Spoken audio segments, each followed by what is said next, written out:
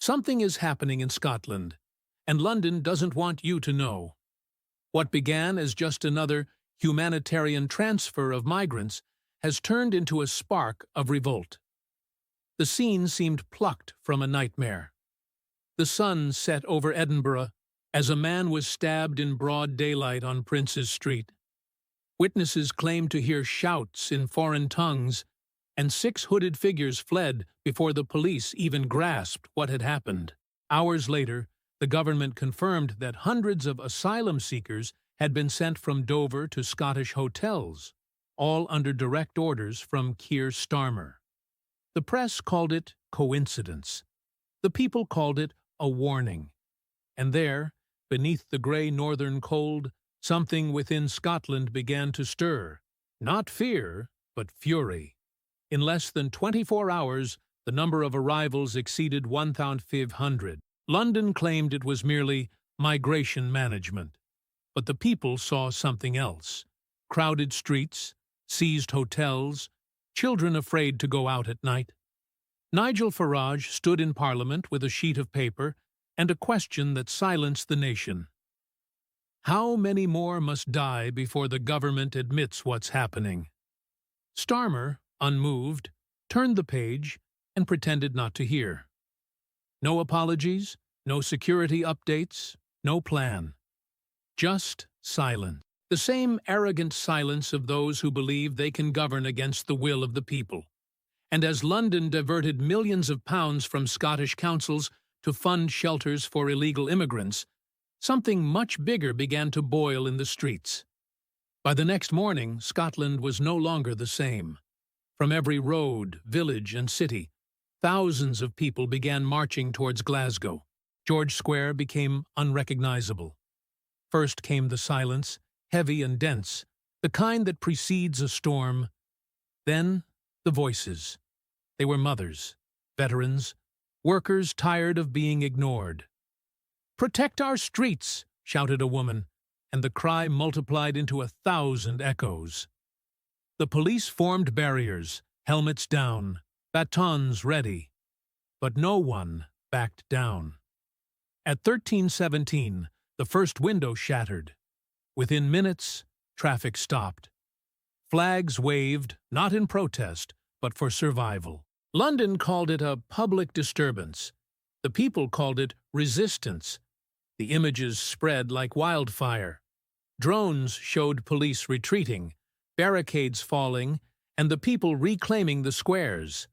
The BBC tried to contain the narrative, labeling it local tensions, but the videos told a different story. The whole country saw with their own eyes the fury of a betrayed people.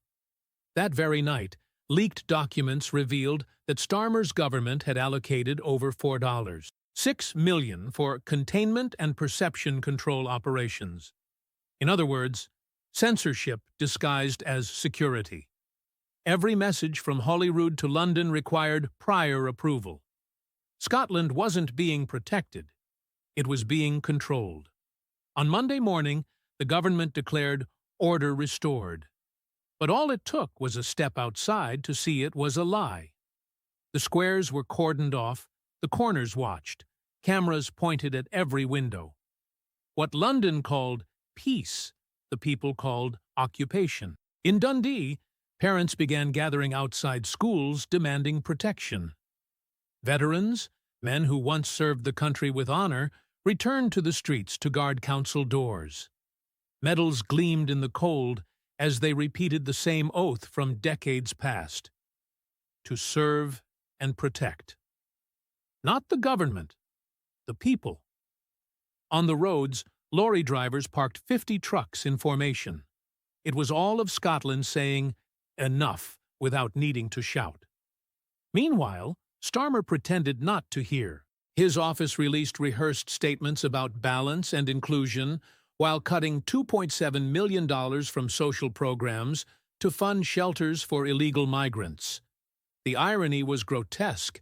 The British citizen worked and paid dearly, while foreigners entered uncontrolled, receiving housing and aid. "It's for diversity," they said. But the people knew it was for power. The government no longer governed. It managed obedience. And when obedience ends, fear changes sides. Starmer's serene face in interviews could not hide the panic. Control was slipping through his fingers, and Scotland no longer asked for explanations. It was ready to act. Then came the morning when the truth tried to be erased. Orders were sent from the government headquarters to all broadcasters. The word revolt was to be replaced with local tension. Journalists were instructed to stay calm, not to inflame the public. But the lie didn't last. A presenter in Glasgow refused to read Downing Street's script. Her broadcast was cut live, but the gesture spread like digital wildfire. In minutes, millions of Britons knew what had happened. The silence imposed by London became fuel. Online, the truth traveled faster than any decree, and for the first time, fear changed address. Before continuing, a quick request for those who believe the UK needs to open its eyes. Leave a like now and subscribe to this channel. Every like and subscription helps this video reach more patriots who, like you, refuse to accept the chaos imposed by Starmer and his cronies. Let's show that the British people still know how to fight for the truth. At 10 a.m., Starmer met secretly with the Scottish police leadership. He left with a new plan. Open 2 new hotels to house migrants in Perth and Inverness, without a vote, without public consultation, without notice. It was the final straw. Workers downed tools. Students walked out of classrooms. No slogans, no banners, just firm gazes. It was the kind of resistance you don't shout, you feel. The barricades grew. Train stations and bridges were taken by volunteers who said they were protecting the country from abandonment. The government called it extremism. The people called it duty. And what Starmer saw as disorder was, in truth, Scotland remembering what it meant to be free. That same day, something extraordinary happened. In Dundee, a mother took to the streets holding a handmade sign, "Protect our children." It was simple, but powerful. By sunset, hundreds of windows across Scotland displayed the same message. At 17:30, veterans marched again through George Square. No shouts, no party flags, just firm steps on the wet pavement. They were men who had once fought for a country that now called them radicals. The press ridiculed them. The government called them a threat to democracy. But the people knew. They were fathers, sons, the same men who had once defended the UK in the trenches. And now, they defended their own streets. When the troops advanced to disperse the protesters, something unexpected happened. An exhausted policeman lowered his shield and whispered, "Not today." The gesture lasted seconds, but the video went viral in minutes. 40 million views. 40 million hearts awakening. London tried to erase the record, but the flame was already lit. For the first time, it was no longer about politics. It was about dignity. The Scottish people understood they no longer needed to ask for respect. They could simply take it back. The streets buzzed, not with hatred, but with awareness. And when awareness awakens, no government can extinguish it. By the way, I want to know from you watching this video now, where are you watching from? Write the name of your city or region in the UK in the comments. It's amazing to see how awake our people are in every corner of the country, from Scotland to the south of England. At dawn the next day, London tried to rewrite history. Cold headlines announced order restored, communities united, and cooperation between regions. But in the streets, the closed curtains and flags at half-mast told a different story. Shops did not open, buses stopped, and new signs appeared at every point. "We serve the people." The phrase spread faster than any official statement. farmers stopped sending produce south. "If London won't feed our families, it won't feed itself," they said. In churches, the bells rang, not in mourning, but in remembrance. And in the north, dock workers refused to unload government cargo ships. It was all of Scotland turning its back on central power. That night, a Holyrood journalist published documents the BBC had hidden. $9, $4 million withdrawn in just 3 days to fund the emergency shelter of migrants. The scandal erupted.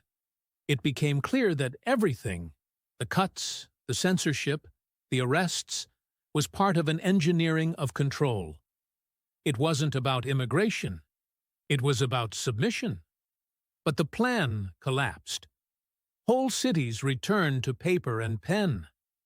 Letters circulated on buses, notes were left at doors, messages passed from hand to hand. No algorithm could silence what the people were saying. Scotland remembers who it is. And when a people remember, fear loses its voice. Just before midnight, another video shook the UK. A policeman on the front line removed his helmet, lifted his face to the wind and declared, "We serve the people, not the protocol." The recording lasted less than 20 seconds, but within hours it had surpassed 50 million views. It was the final blow to London's narrative. There was no longer any way to hide the obvious. The country was not divided between left and right, but between those who command and those who obey. Starmer, pale, called an emergency meeting in Westminster. Half the seats were empty, the rest silent. Outside, in the fine rain, hundreds of Britons held folded flags to their chests. There were no shouts, just a phrase echoing between the raindrops. "We are Great Britain, not your border." The next morning, the UK woke up different. No sirens, no chaos, just the sound of rain on Edinburgh's rooftops. People swept the broken glass from the streets, rehung doors, and displayed white cloths in the windows. Not as surrender, but as a symbol of peace. Children left flowers where the first protest began, with notes that read, "For Scotland, for all." At noon, the central flagpole flew the Union Jack at half-mast. No speeches, no anthems, just silence. A silence that did not mean fear, but memory. Because there, before the whole of the UK, Scotland proved what London tried to hide, that unity without respect is tyranny, and when the people awaken, not even censorship can silence them.